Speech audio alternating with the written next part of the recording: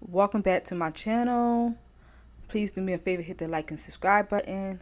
And today we will be talking about the sidebar part 4 of the narrow gate to the struggle series. So as I always do at the front of these podcasts, the scriptures, I place them at the front of the video. They are from the NLT version. And today we have Matthew chapter 7 verse 13 and 14 and John chapter 10 verse 1. I will probably read them throughout this podcast, but I wanted to talk about why this is important, and it's important to your journey, and why this is very, very serious that you take your journey serious about this and taking the time out. And I stress this throughout multiple videos about you taking the time out to sit with God and Jesus and going over your plan and your purpose and everything and weighing in the cost, because once you start, you do not want the king to feel like he wastes his time because somewhere along your journey you just quit. It's not easy, and I want you to understand that from my point of view, from my experience, and as well as in the scriptures, because it tells you this. And this is why I placed Matthew chapter 7 verse 13 or 14. It tells you you can enter God's kingdom only through the narrow gate. The highway to hell is broad, and its gate is wide for the many who chooses that way. But the gateway to life is very narrow, and the road is difficult, and only a few ever find it. Only a few ever find it. And that's a big stressor on that end. And it's very important that you understand this. And I do believe that most people, the reason why they stop in their journey, or they just fail, or they give up, is because they don't take the time out. You go to church, you raise your hand, or you meet somebody, you're like, yes, this is the Holy Spirit is covering you, and you feeling overwhelmed with all these emotions, guilt, shame, and everything, and you are sitting in church or wherever you at, and God is meeting you, and you feel that presence, and God is calling you. You get up there, you crying and everything, and then they give you this book, and then you go home or you start discipleship class. But it is very important that you take the time out to sit and talk with God and Jesus after you have that encounter, and figure out, I would tell you, give yourself a grace period. Give yourself 3 months to go back and forth with God. And this is what you're doing. You are considering the cost. And Jesus talked about that, because people will laugh at you if you do not finish the journey. If you don't take it serious or you fall off, they're going to tell you that Jesus stuff did not work. And I say this because it's so sad to look around at the world, and people are in need of help, and people are hoarding. They are holding on to what God has given them to be like, for them to release it to a person that's in need. Whenever you get to a point in your journey where you start hoarding stuff that you really don't need, you are in trouble, and you're going to fail somewhere in your journey. Or if you deviate from your journey, if you are single and you deviate from your journey by getting involved in a relationship or doing something outside of God's will, whenever you get back in God's will, you're gonna, whatever it was that doesn't belong or that's not gonna be in God's will for you, you're gonna wind up having to sacrifice that thing. And people, it's written in the book for you. It's not just written as a good story for you to look at, and it's for you to see what can actually happen. What will happen if you step outside of God's will, and what would God do in that instant? what is the possibility of my actions, what's going to happen, what's the punishment going to look like, so that you can avoid these things. And I do believe that most people don't understand it because they don't think that they're supposed to suffer. And that's not what Jesus tells you. He tells you that you to take heart because I have overcome the world. And it's very important that you take this part serious. And you are struggling because you don't understand the point of the narrow gate. So many people are like bypassing it or watering it down when it's the most important part of your journey, because you need to understand this part in order to move forward. You need key things, key scriptures. And it's key. When I say key things, it's because only God is going to be able to tell you exactly why he created you and what problem that he wants to partner with you to solve in this world. Now, we all are called to certain areas and everything. And that's the part that only God can tell you. I can't tell you that. Only God can tell you because he created you. So if you're looking forward to taking this serious, and then Jesus partners with you, he is the master key. He's walking with you. He can tell you how to unlock things, and he gives you keys. He gives you tools. Some of these tools, you're not going to find them in the Bible. It's only going to come from him. And then there's things that he's going to ask you to do. That's going to be things that God is going to ask of you to do. That is not written in the Bible. This is why you need to take your journey and your relationship with God very serious. Now, Jesus did a great thing when he came, because he tore that veil that was blocking us or stopping us, or anybody that was getting in the way of telling us that we need to do 360 rules to get to God. Like, he took all that out. We don't have to sacrifice lambs and bulls and all like that. But you do have to make sacrifices in other ways. You need to take this serious because there are people that are praying for you, and you are their answer. It is nothing more sad to walk around and you see so many people that are homeless, and so many people can't eat or grocery shop in the world, and people are like, this is the end times. Is it? Or is that God just making it aware that I have been knocking at so many people's doors and none of my children want to answer the call, or because they just too busy?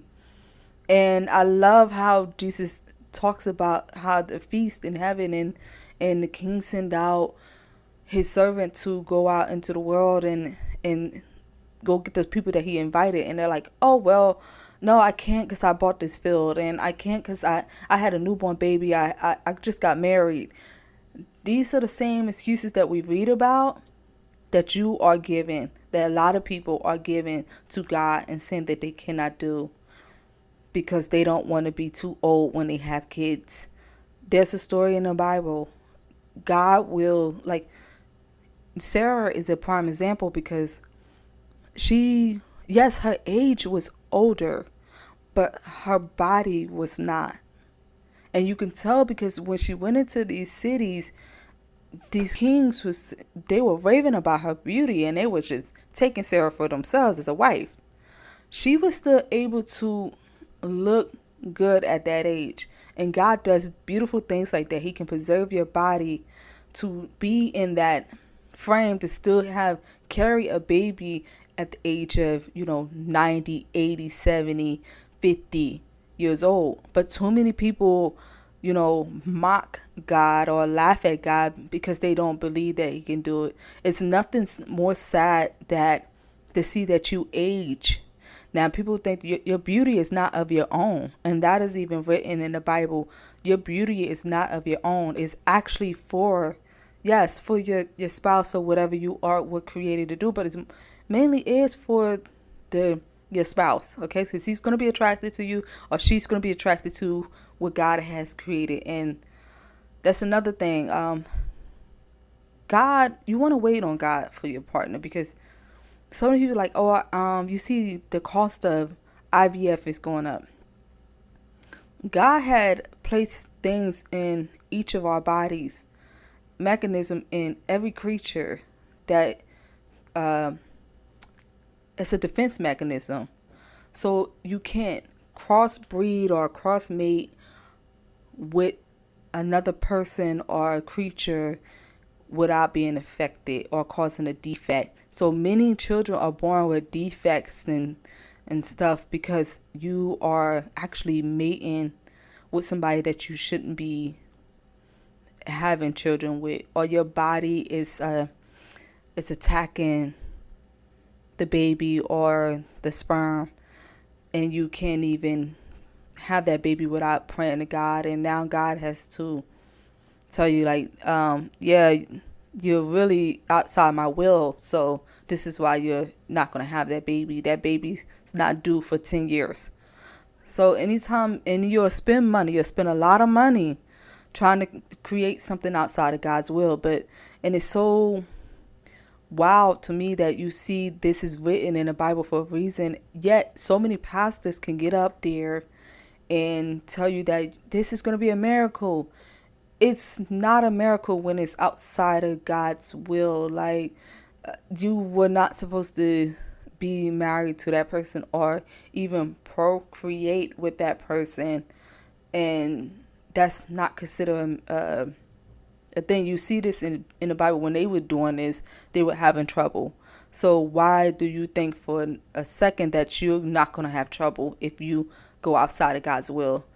Yes, it is very tough, but Jesus modeled this for us, that if we go and do things God's way, it's the way to find in our life. And we will have so much joy and happiness and everything, because we don't have to worry about tomorrow or the next thing, or you're not stressing or crying about the thing that you want. Because if you look to God, and God in heaven has never ran out. Like, the resources just doesn't dry out. It's just unheard of. So this is why this is a serious topic. I think it's so sad when we have people, you tell your story to somebody that's a Christian, and I have told my story to the point where I become frustrated with some people because I can see it in their face, and the first thing they look at me and they say, wow. And all it does to me is, like, you're reading this book and you're getting up there, you're telling me that this is a beautiful thing, being connected to Jesus and everything, and you praying. Yet when I tell you my testimony, it's like it's unheard of. This God is unheard of. This Jesus is unheard of. So you can preach to people, but when I tell you my story, or you can say that you're a disciple, you're a Christian, you're my brother and sister in Christ, and yet when I tell you my story, it's never been heard of. Like, you never heard of this God or Jesus. It's like a foreign God, or Jesus. Like, Jesus is a foreign God or somebody. Like, you read about it, you just didn't expect them to be this type of God today. Yet there's a song out there that's we love to sing, called Same God, and by Elevation Worship, and we sing this song. What are you singing then if you can, your eyes light up like that, like, wow, that's that God? Yes. The same God yesterday, same God that knows Moses. Now, for my fellas out there, I think y'all missed this part. Moses was God's friend, yes. But it is written in the Bible that when God was struggling with Moses was going to sleep.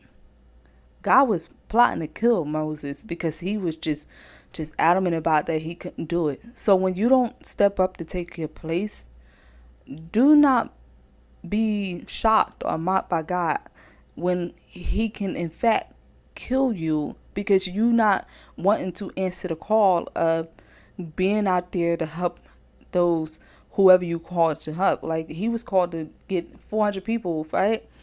Now, if you're called to thousands of people or an area or millions of people, and you're like, nah, God, not me.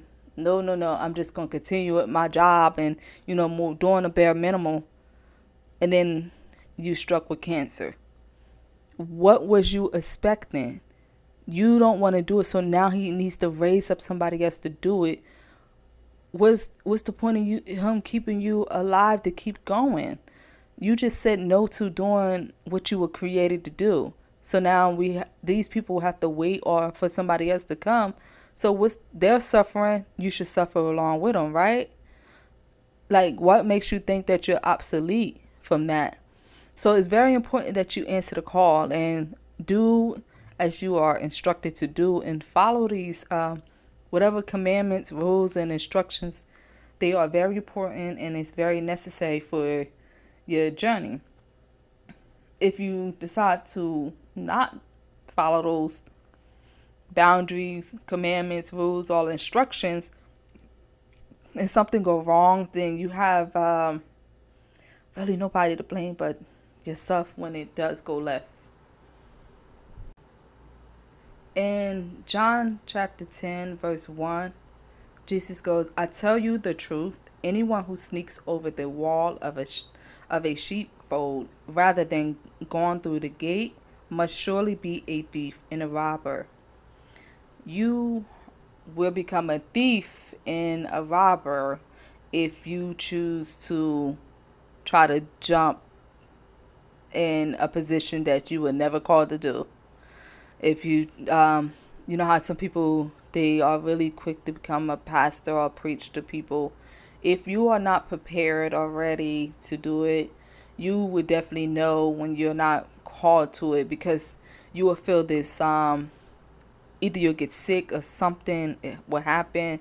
You'll keep feeling this resistance, and it's because one, either you're not prepared, or two, you're just not called to do it. Especially when you're not prepared to do it, God is not going to cover you to do it. It is not an easy task. You really need to be on this straight and narrow. People will pick you apart. So I don't know why a lot of people want to be in a position of authority like that, because if you're giving out bad, if you're going in there with the wrong intentions and you're like, I'm going to make this type of money, if you're going in there with, and your intentions are wicked and bad, and you know you're going to be giving out bad information, what is the point of even doing it? Because all you're doing is, when you fall, all those sheeps and everything is going to scatter.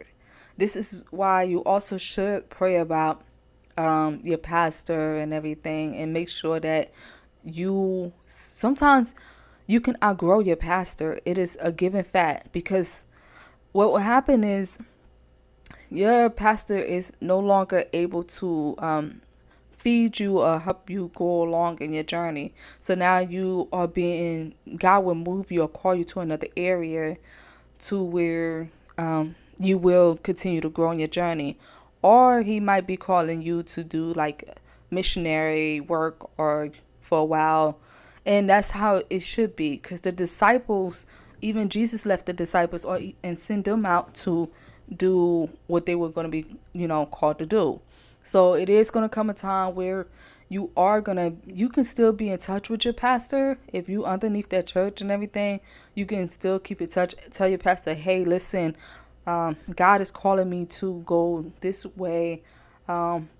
Is there any way I can keep in contact with you as you being my pastor, where I could, refer back to you, and you can help guide me if I, fall short somewhere and anything. So that relationship should always be available, where you can always be underneath your pastor as well. Otherwise, he might be calling you to step out for some other reason. Now, that's my recommendation on that. And one thing you do need to understand, that a thief is someone who steals like property, and a robber is someone who would steal by taking force or, using threat of force. And a thief, they'll do it without really, there's no really like plan to it. It could be random. It could be like a small intent for whatever reason. It's still robbing, you're still stealing. But a robber would use like force. They plan this out. They really have the goal into stealing something. So this is why it's very important that you don't become a thief or a robber. And it's real easy for you to become that person whenever you decide that you're going to take somebody else's place where God is telling you, no, you shouldn't be there. That's when you realize you are stepping in the role of becoming a thief and a robber. You become a robber when you're like, when people become pastors. You are a robber when you are deciding to place yourself as a pastor and teach different people. Is because you just feel like you just have to have a mic in your hand and you're never called to do that thing. You are a robber because you're robbing God of his children and you shouldn't be teaching them at all. Now, that shouldn't be a shock factor, because if you were reading the Bible, then you would know that you are that thief and robber. So you really need to understand the narrow gate to really understand Matthew 24. Sit with, I put it at the end of this video because I want you to take the time out to go back and read Isaiah 57 and Matthew 24. And the reason why I say this is because you're going to understand where God is coming from, and then you're going to understand where Jesus is coming from. When Jesus tells you that he does not do anything that his Father has not done, it's true, because that's what the Old Testament is about. You see God in there, and then you see Jesus is modeling that, and he speaks it as well. So you'll hear him quoting stuff from the Old Testament as well. So people that's always like, oh, the Old Testament, that is like obsolete. It's foolish of you to even believe that. The devil wants you to believe that, and it's easy for him because he could just get you. He'll get you. If you skipping past the Old Testament, just throw your whole journey out the window. Just, I don't know, what's the point? You're just existing. You're planning, you're plotting to do the bare minimum, which can lead to you being a thief, because you're gonna pretend to be in your purpose and your role, and you're gonna have nobody's gonna benefit from it. Not you, not the people that you should be called to, and you're just never gonna answer the knocking at your door when Jesus is knocking for you to assist or help somebody, or he's gonna have to bypass you. And if you got children, we just gonna have to wait till one of your children get raised up to continue what you should have been doing. And that's another thing. You can deviate from your plan by just easily getting married, and you could say, oh, well, it's in God's will. Yes, it could have been in God's will, but you would never really know if you just went ahead and got married. Another thing too is you need to be careful who you get married to, because only God really knows the true intentions of a person's heart. So yes, they can look really good, like really good, and you don't know. You don't really know, because only God can see 15 years down the line. He can see next year. He can see a week from now.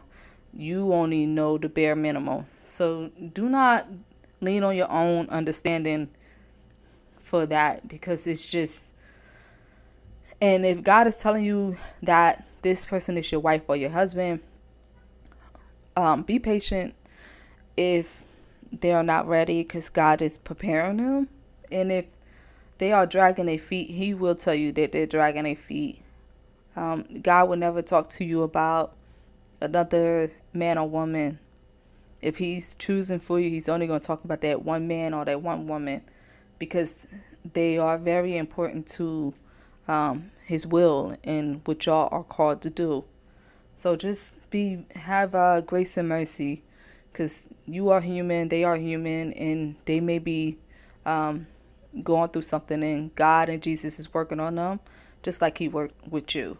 So that's another thing. But then back to Matthew 24, I want you to take the time out and really read it, because it talks about, the end times, and people like do not, let nobody deceive you or mislead you into thinking that they are the Messiah. And nobody knows the exact date. And I want to talk about this, and I'm going to go on record because I say this to people, and it's a given fact. The reason why you don't know when Judgment Day is, and everybody's like, it's the end times. Judgment Day can be today for you. It could be tomorrow for your mom. It could be a week later. It could be for your cousin. You don't know when it's going to come upon your door. And in Matthew 24, Jesus tell you that one person would be on the deck of a roof, and he tell you don't go down in the house to pack, and another person can be out in the field, and they must not return even to get a coat. And then he tells you it'd be terrible for a pregnant woman, and pray that your flight will not be in the winter or on the Sabbath. He really goes into details, and he's going into details because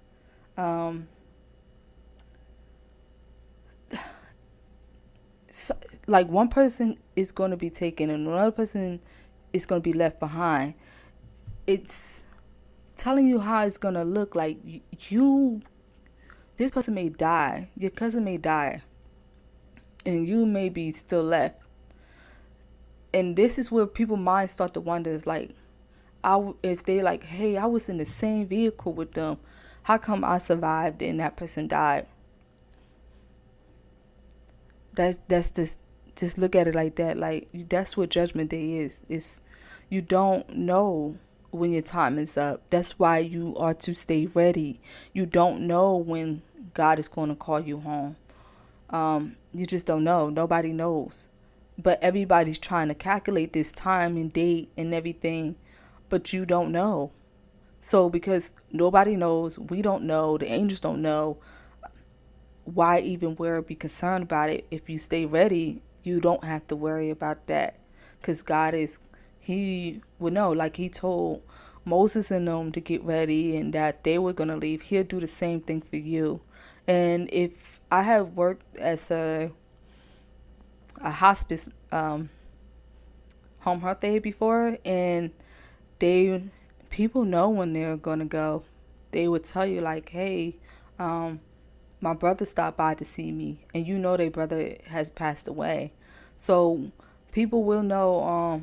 I remember my own grandma told me exactly when she was going to die. She's like, I'm going to die in the morning. And she did. She died in the morning. So that's why I'm like, you just don't know.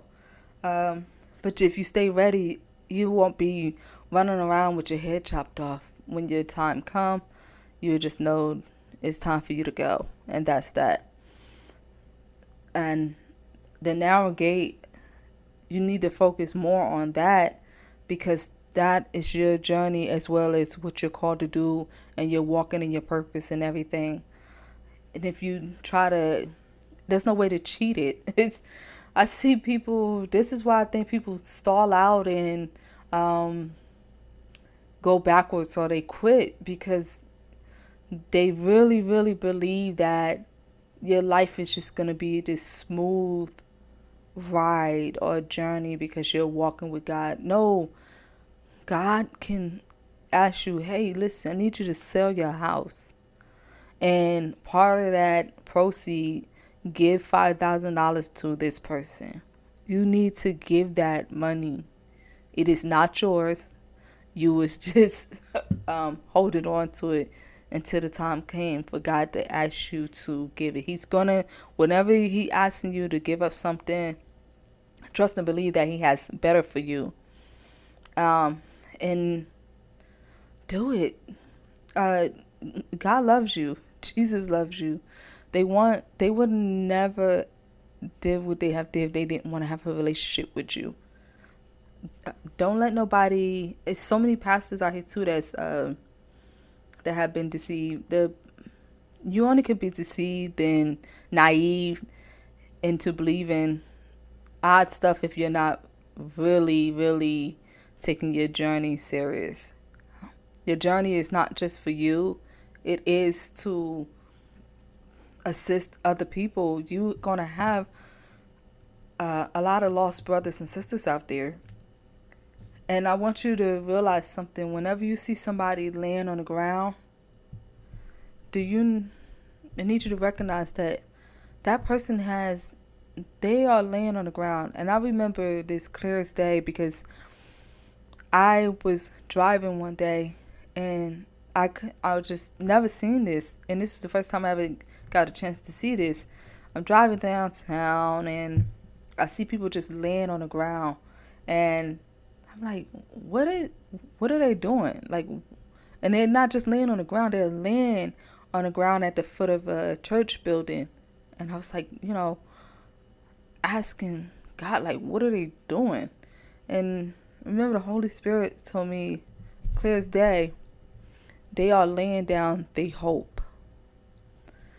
Whenever you don't answer the call, somebody is giving up and they're laying down their hope. They laying down their trust in God that nobody's going to come. And they're just accepting the fact that any day now they are going to die.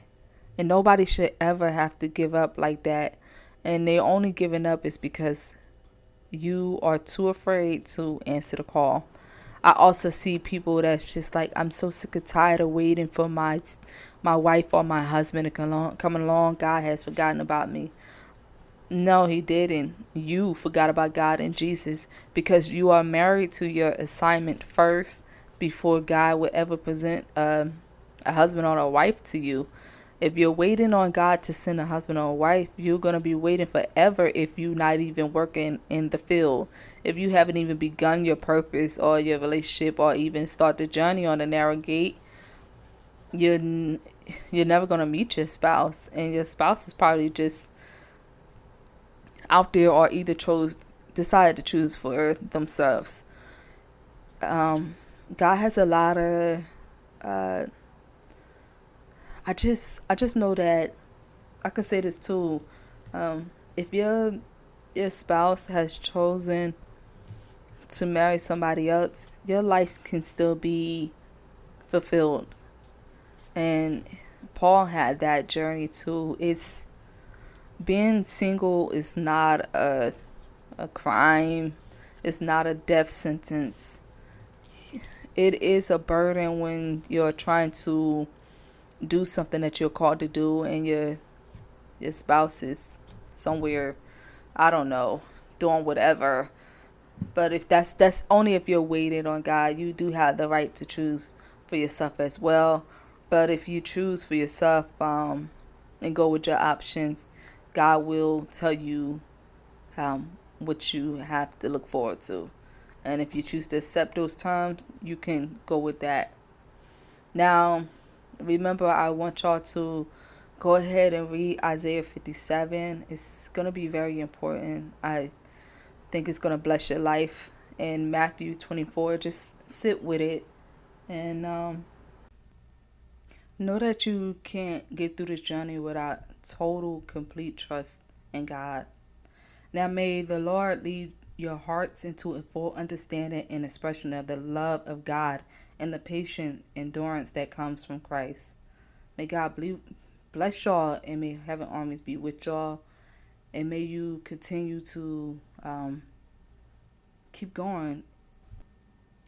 Feel free to leave your stories in the comment section. I would love to hear them, and they would be a blessing to everyone else as well. God bless.